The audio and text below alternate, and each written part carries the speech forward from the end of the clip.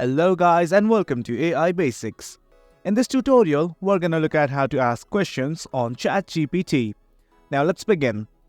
This is the homepage of ChatGPT or OpenAI. You can simply go to OpenAI following this link, that is chat.openai.com. Now let's log in. Now you can log in using Google, Microsoft account, Apple or anything. I'm simply gonna continue with Google. Select the respective account. And here I am. I have successfully logged in to my ChatGPT or OpenAI account. Now in this message box that you will find at the bottom of the screen, you can type anything. Let's say, now this is a simple query, you can do anything. And now to actually ask the questions, you can either press the enter button on your keyboard or select this send message button.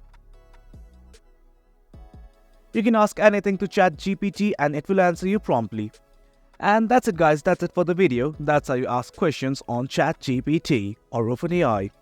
Hope you guys found this video informative, and for more content like this, do remember to hit like, share and subscribe. Thank you.